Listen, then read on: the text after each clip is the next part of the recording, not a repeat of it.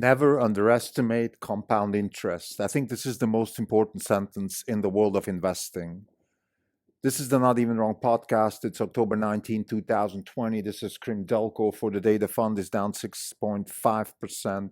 The market's down 1.6%. For the year, we're up 215.5%. The market's up about 6.5%. So we're outperforming by roughly 209%. If you put $100 in Orange Capital Partners on January 1st, 2020, you would have about $315. If you did the same with the S&P 500, you would have $106. Never underestimate compound interest. This is a further excerpt from Peter Thiel's book, Zero to One. Now we're talking about the concept of compound interest, and that's really what it's all about. I've said several times on this podcast that the long-term game is the money-making game, and that's the same like saying compound interest, it's what really makes money. I don't even know why this is so controversial, but if you think about a business, compare that to a river. Think about the sources of the Mississippi River. The little creeks somewhere up in, I think, the Dakotas or Colorado, I'm not even sure. Somewhere up there, there's all these little creeks. And one of those creeks turns into the Mississippi River.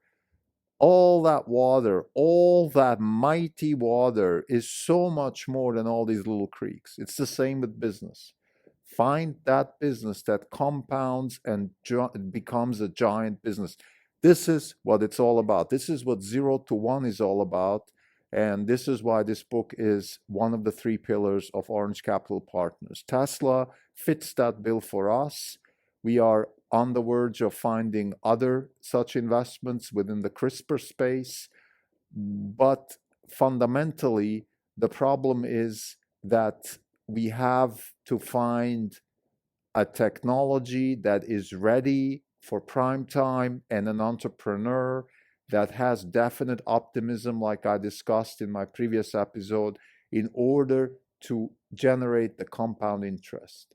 But let's get back to the investment world and the typical status quo today, which is spray and pray.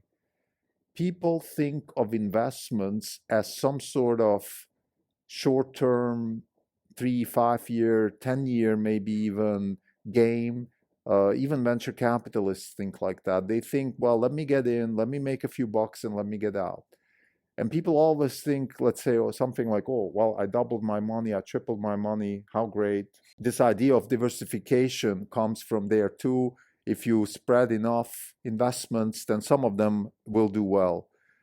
But that's the wrong way to invest, because that's not how you generate wealth. The wealth is generated with compound interest. You find that one investment that really makes compound interest. Here's what compound interest means.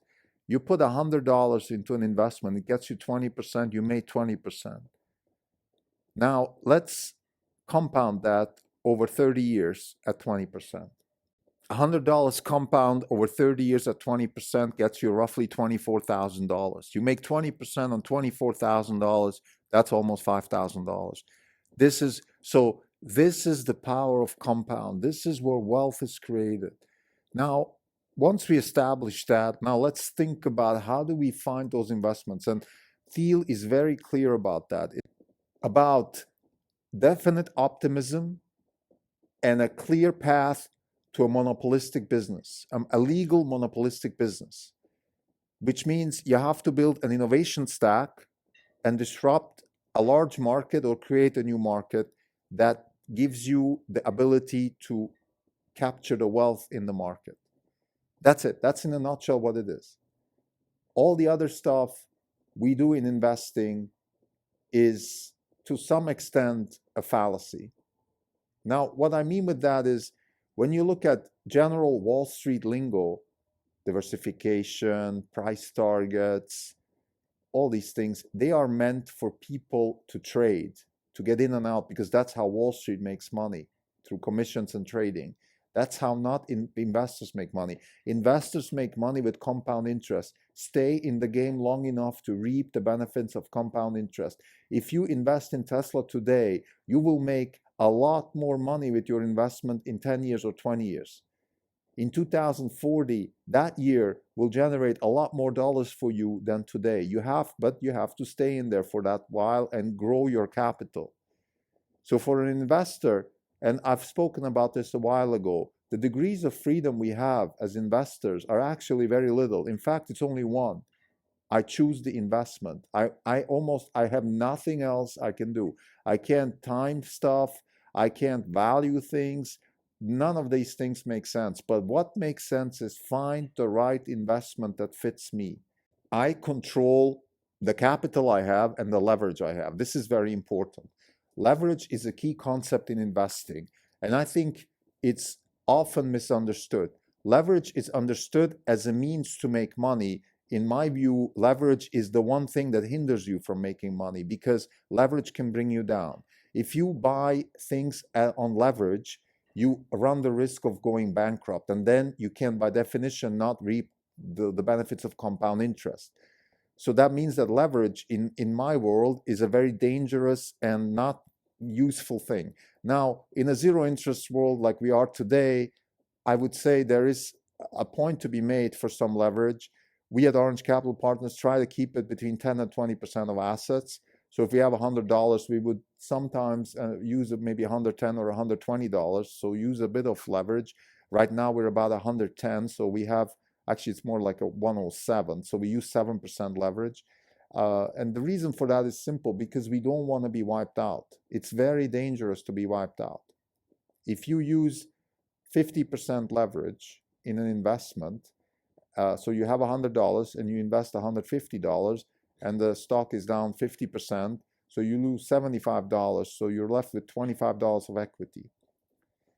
And that math can go very quickly to zero. So that's the point. So as a fund, we control leverage and our cost structure. That's what we control. And of course, the destination where our capital goes, the investment. This is all we control. And the goal, the purpose, is to generate wealth by investing in disruptive technologies with large impact, which is just another word for reaping compound interest.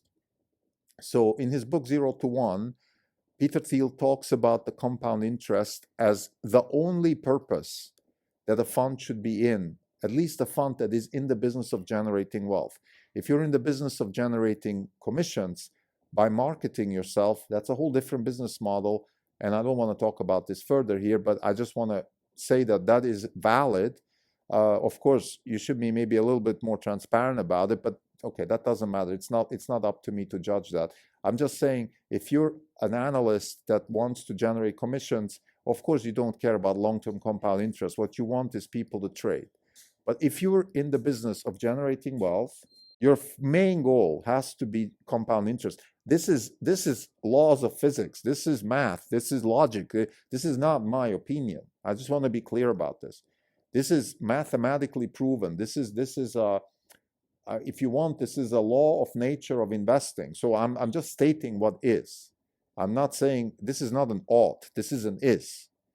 And the question as a fund is, how do you position yourself knowing that that's the case? That's the question. And again, I think that goes back to 0 to 1, finding somebody with definite optimism that is on the verge of building a monopoly by building a company in form of a startup and then growing that company in a compound way.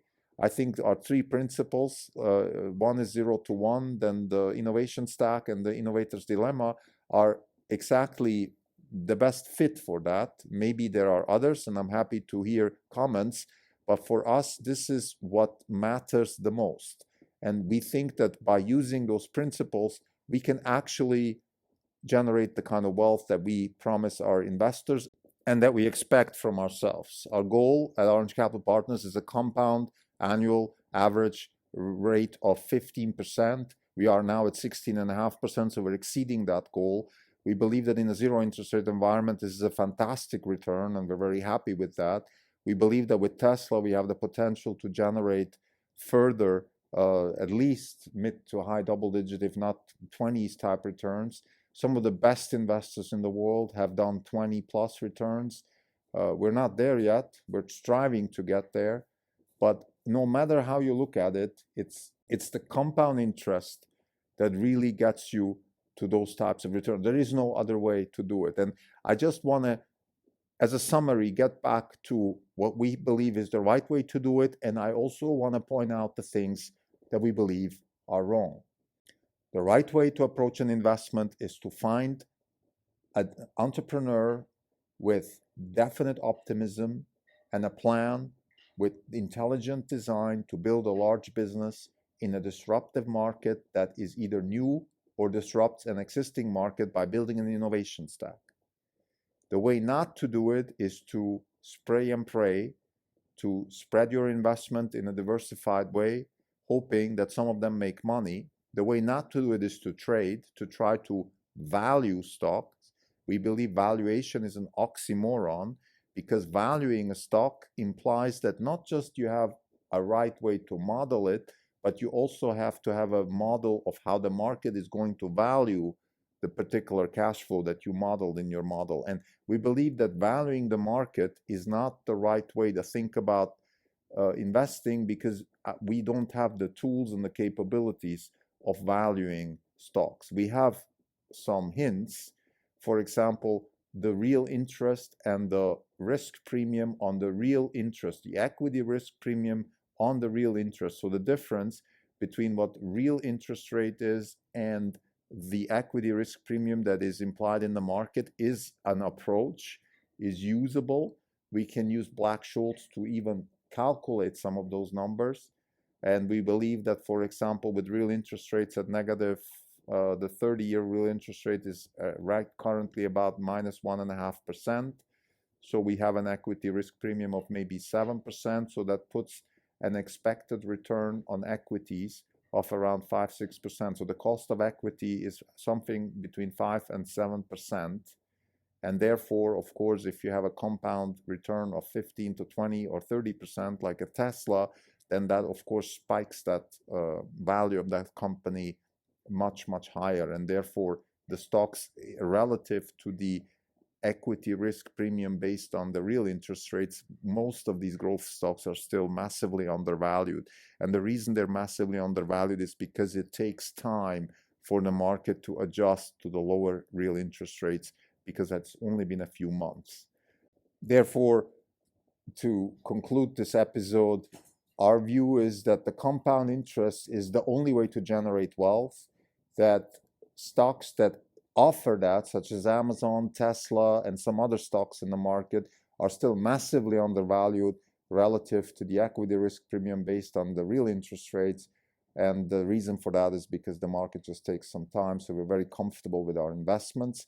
It doesn't take away from the execution risk, though, because if you have a company which has the potential for compound interest, you do have a lot of execution risk. I just want to make that clear. This is not a risk-free proposition. But from a financial markets perspective, from a valuation perspective, from a portfolio management perspective, it's a pretty simple equation. There's a lot of execution risk, and this is what you're being actually compensated for. Thank you.